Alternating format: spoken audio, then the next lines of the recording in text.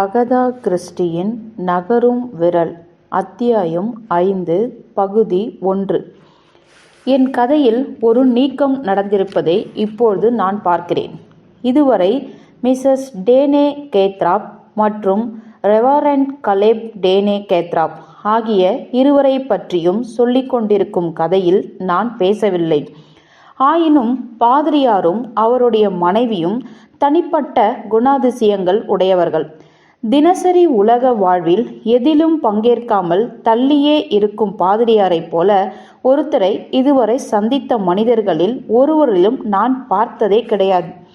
அவர் பூமியில் வாழ்வதே புத்தகங்களிலும் நூலகங்களிலும் ஆரம்ப காலத்து சர்ச்சைகள் பற்றிய செய்திகளை ஆழ்ந்து அறிந்து கொள்வதிலும் அமைந்திருந்தது. மாறாக மிஸ்ஸஸ் டேனே கேத்ராப் தான் இருக்கும் ஸ்தலத்தில் அக்கணத்திலேயே கடும் பயமுறுத்தலை நிலவவிட்டு கொண்டிருக்கவல்ல ஒரு கேரக்டராவாள். ஆரம்பத்திலிருந்தே மிஸ்ஸஸ் டேனே பற்றி சிறு பயம் என்னிடம் இருந்தது. இதனாலேயே இவரை பற்றி என் கதையில் குறிப்பிடுவதை நான் வேண்டுமென்றே தள்ளி வைத்திருக்கக்கூடும். மிஸ்ஸஸ் டேனே ஆகாச நாணம் கொண்டதொரு தனித்துவ படைப்பு. வழக்கமாய் அமைய வேண்டிய பாதிரியாரின் ஒரு மனைவியாய் அவர் இல்லை. ஆனால் உனக்கு என்ன தெரியும் பாதிரியார்களின் மனைவிமார்கள் பற்றி என்று எனக்கு நானே கேட்டுக்கொள்ளும் பொழுது இக்கருத்தை புறக்கணித்து விடுகிறேன்.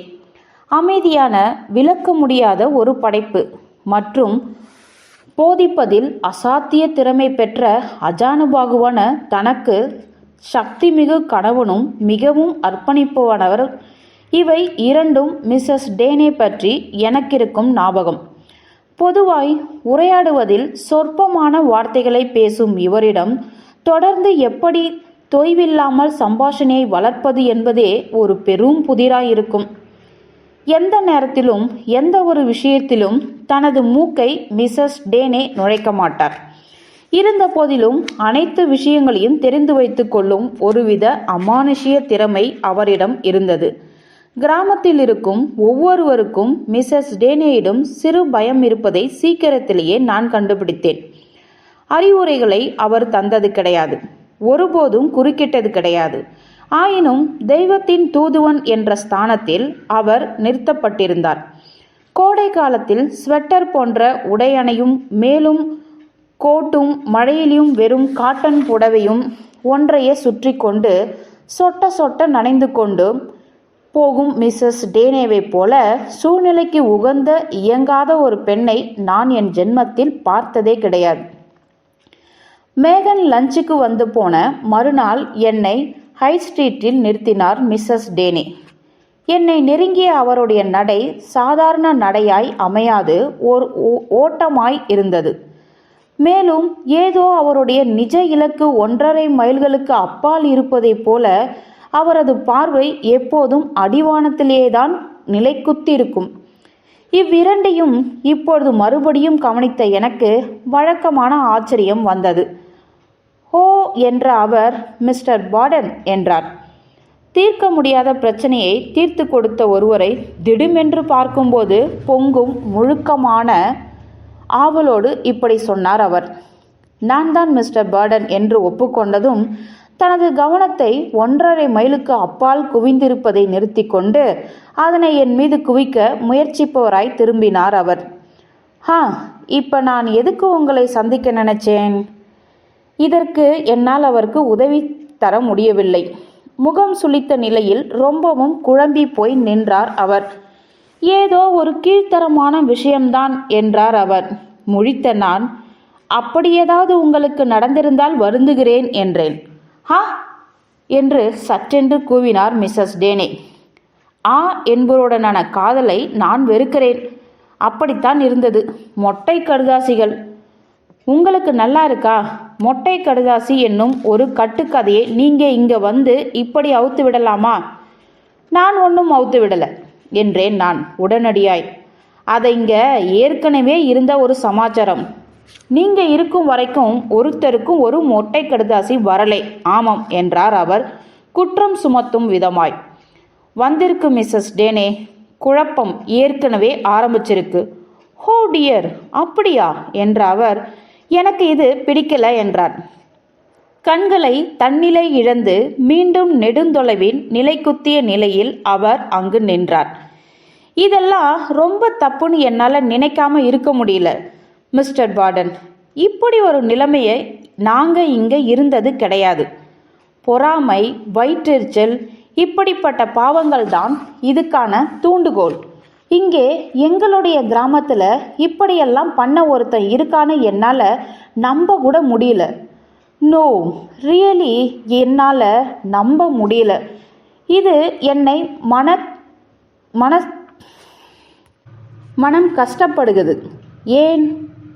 ஏன்னு இதுக்கான காரணம் யாருன்னு எனக்கு தெரியல.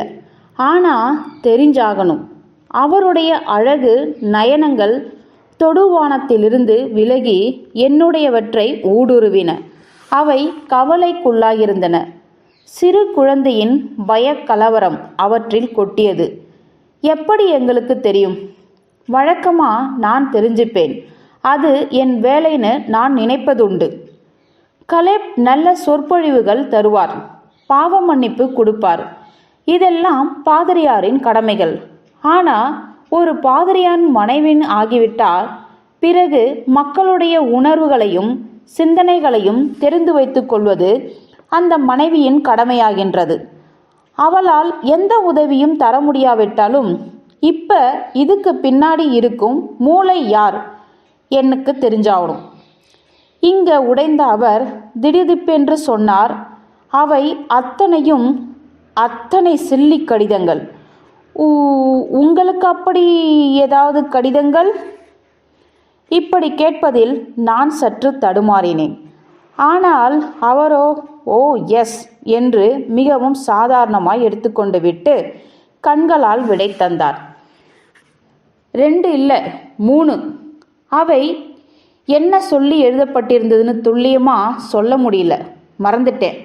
கலேப் டேனே மற்றும் அந்த ஸ்கூல் டீச்சர் பற்றி ஏதோ கீழ்த்தரமாக எழுதியிருந்தது. முட்டாள்தனமான குற்றச்சாட்டு. ஏன்னா அவருக்கு அந்த மாதிரி திருட்டு ருசிகளே வந்தது கிடையாது.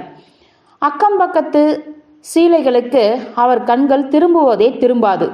ஒரு பாதிரியாய் இருப்பதால் அதிர்ஷ்டமான குணம் இது. ஆமாம் என்றேன் நான். கலேபுக்கு மட்டும் கொஞ்சம் சாதுர்த்தியமும் புத்திசாலித்தனமும் இல்லாமல் ஆகியிருந்தால் என்ற அவர் சொன்னார், நிச்சயமா ஒரு சந்நியாசியாய் போயிருப்பார். இந்த விமர்சனத்துக்கு பதில் தரும் தகுதி இருப்பதாய் எனக்கு தோன்றவில்லை. எப்படியோ தனது கணவரிடமிருந்து கடிதங்களும் தாவியபடி பேச்சினை அவரே தொடர்ந்தார். அக்கடிதங்களால் பல சமாச்சாரங்களை சொல்ல முடியும். ஆனால் அப்படி எதையும் அவை சொல்லலை. இதுதான் இதில் விசித்திரம். நான் கேள்விக்குறியாய் கவனித்தேன். அவற்றுக்கு கடிதங்களை சொல்றேன். அவற்றுக்கு ஏதாவது தெரியுமானா எனக்கு சந்தேகமா இருக்கு. உண்மையா எதுவுமே தெரியாது. எதை சொல்றீங்க நீங்க?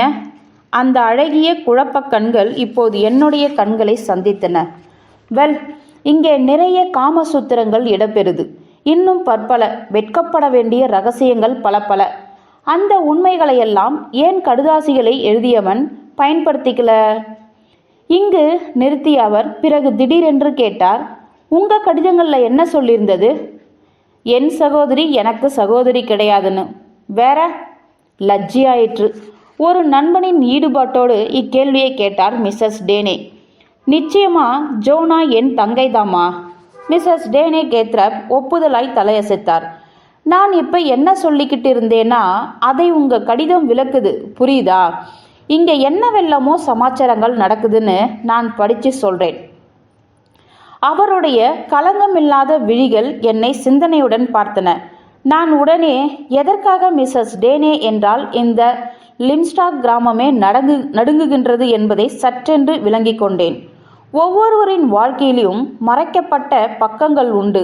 அவை பிறர் அறிந்திருக்க மாட்டார்கள் என்ற நம்பிக்கையுடன் பொத்தி வைக்கப்பட்டிருக்கும் மிஸ்ஸஸ் டேனே கேத்ராப்புக்கு அப்பக்கங்கள் தெரியும் என்று தோன்றியது எனக்கு. வாழ்க்கையின் ஒரு சில தருணங்களில் அப்பாடா என்ற விடுதலை உணர்வை அனுபவிக்க நேரிடும். அப்படி ஒரு ஆனந்தத்தை ஐமி கிரிப்பிட் குரலை கேட்டதும் நான் அடைந்தேன். ஹலோ மேடம், உங்களை பிடிச்சிட்டதில் எனக்கு ரொம்ப சந்தோஷம். நம்ம விற்பனைக்கு மற்றொரு நாளை ஆலோசிக்கணும். நான் நினச்சிருக்கேன். Good morning mister Barton. அவர் தொடர்ந்தார். ஜஸ்ட் சில ஆர்டர்கள் தர வேண்டியிருக்கு. பிறகு உங்கள் கூட இன்ஸ்டியூட் வரைக்கும் வரலாம்னு நினைக்கிறேன். ஆட்சேபனை இல்லையே? எஸ் எஸ், இதில் ஆட்சேபனை இல்லைன்னா என்ன வேண்டி கிடக்கு சொன்னார் மிஸ்டர் டேனே. ஐமி கிரிப்த் இன்டர்நேஷனல் ஸ்டோர்ஸுக்குள் சென்றாள். மிஸ்ஸஸ் டேனே சொன்னார். பரிதாபமான பிறவி. நான் புதிர் போட்டவனான் ஆனேன். நிச்சயமாய் ஐமியை பார்த்து இவர் பரிதாபப்பட்டிருக்க மாட்டார். அவர் மேற்கொண்டு தொடர்ந்தார். உங்களுக்கு தெரியுமா மிஸ்டர் பார்டன், நான் பயத்தில் இருக்கேன். இந்த கடுதாசி விஷயமாகவா? எஸ். இது விளக்குவது என்னன்னா, அதாவது இதுக்கு அர்த்தம். நிறுத்திவிட்டார். சிந்தனைக்குள் விழுந்துவிட்ட அவரின் கண்கள் திருகி போயிருந்தன. பிறகு ஒரு பிரச்சனையை தீர்த்துவிட்ட ஒருவரின் தோணியோடு மெதுவாய் சொன்னார். குருட்டுத்தனமான வெறுப்பு. எஸ், ஆனால் ஒரு குருடன் கூட சரியா நெஞ்சில குறி தவறாமல் குத்திவிடும் வாய்ப்புகள் இருக்கு. அப்படி குறி தவறாமல் குத்திவிட்டால் மிஸ்டர் பார்டன் அப்புறம் என்ன ஆகும்? அடுத்த ஒரு நாள் கடப்பதற்குள் எங்களுக்கு அது தெரிந்தாக வேண்டும்.